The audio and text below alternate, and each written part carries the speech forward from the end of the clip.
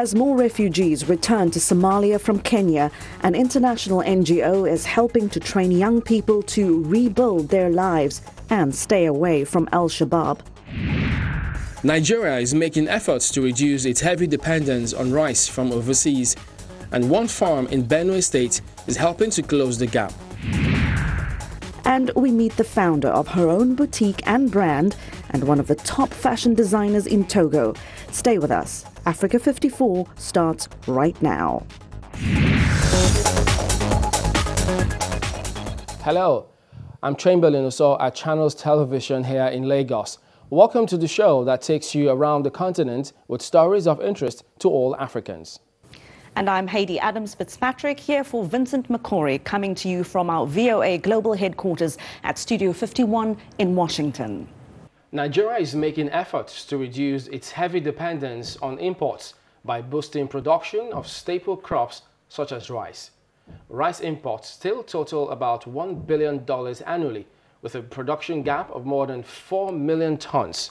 But Benue State is reducing this deficit by contributing 1.5 million tons of rice.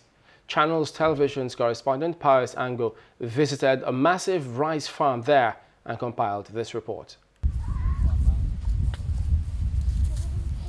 It's the beginning of the harvest season, and the harvest is bountiful at the 1,000-hectare rice farm in Guma. According to the Federal Ministry of Agriculture estimates, Nigeria produces about 2.3 million tons of the staple crop annually, compared to a demand of up to 6.3 million tons.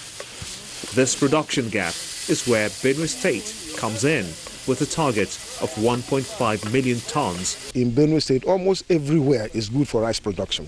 There are various species, and they are applicable in various lands that are available. It's just a matter of doing the research and getting it right.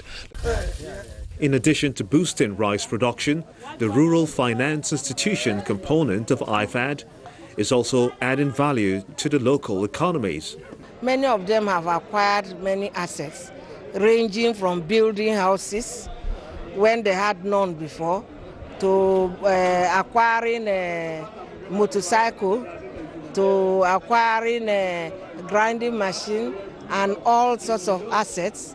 And many of them, the beneficiaries, have changed schools for their children to better schools. Beneficiaries appreciate the impact of the scheme on their lives. We bought land, I think 110,000 last year. That is our general asset. There, from my own place now, like as a member, since then, I think I've completed my building that is there. And then I multiplied my shop. I was using one shop before, and now it's two in number. Benue State is one of over 20 rice-producing states in the country. With such targets to improve yield, Nigeria may be on its way to food sufficiency. Well, earlier this month in Morocco, President Buhari addressed the United Nations Convention on Climate Change, known as COP22. Mr. Buhari pledged that Nigeria would reduce its greenhouse gas emissions by 20% by 2030. Well, joining me now for a look at the prospects for multilateral solutions to climate change and the impact for Africa is our environment correspondent, Ayola Kasim. Welcome to Africa 54, Ayola. Nice to be here. Well, let's start by asking, what is the major achievements of this summit, especially for Africa? Well, this is an African Cup. They will tell you that. So that one in itself is an achievement for Africans. And then, like on the second week, more than 50 leaders were there. Around 70 of them were there in Marrakesh, and they adopted this decision. They released this pronouncement called Marrakesh Action Proclamation, which is sort of a political statement saying that we are committed to reducing global temperature in line with the Paris Agreement, that is below 2 degrees Celsius, and then, if possible, 1.5 degrees Celsius, below pre-industrial time. So that is a major achievement. Like, we now have political will to do it. Well, we understand that the consensus for world leaders at that conference was galvanizing action towards implementing this agreement. What does this mean for the average person who's wondering what climate change or how climate change affects our daily lives? Well, that is one of the major things, even us as journalists, we find, because when you sit down with people that talk climate change, they speak science. So you wonder, so what does it mean for me? But then let me take it from the point of view of the Moroccan government, for instance. There's a scheme called Medina bikes. So people, you can get a bike and then ride on the road. That way you have reduced your emission. That's like going to the individual levels now. It might seem very minute, but those are the things that they're actually, the policies they're trying to push forth in Marrakesh, like at individual level. But then we can't really achieve this without government coming together to really do it, which is why the government actually, the proclamation, the Marrakesh Action Proclamation really was a boost. Like, okay, if there's a political will behind this, maybe the citizens themselves, because if you want to live green in Nigeria, is expensive. and speaking about Nigeria, we understand that Nigeria did pledge to reduce gas emissions by 20% in the next 14 years, which is a good one. What kind of policies or practical steps are we taking towards this? There's so many things involved. We have the Agri Ministry. We have to be involved in smart agriculture, such that we can adapt to the impact of climate change, so that it won't affect us. Then we have the power sector. We have the energy sector, which is the major one in Nigeria, which is the emission, gas flaring. We shouldn't be doing this. So we hope to cut our gas emission, like the flaring of the gas. We hope to cut that and then move away from the business as usual scenario, and make sure that we actually do the right thing by, doing the global practice towards living green. So those are the different sectors. They didn't just, some things involve the manufacturing sector, involves the power sector, the energy sector, the agri. All those things are included in Nigeria's NDC, that was put forward. All right, then, Ayola Kasim, our environment correspondent, thank you for talking to us on Africa 54. Thank you for having me. As more refugees return to Somalia from Kenya, there is concern that a lack of economic opportunity could make refugees vulnerable to recruitment by Al-Shabaab.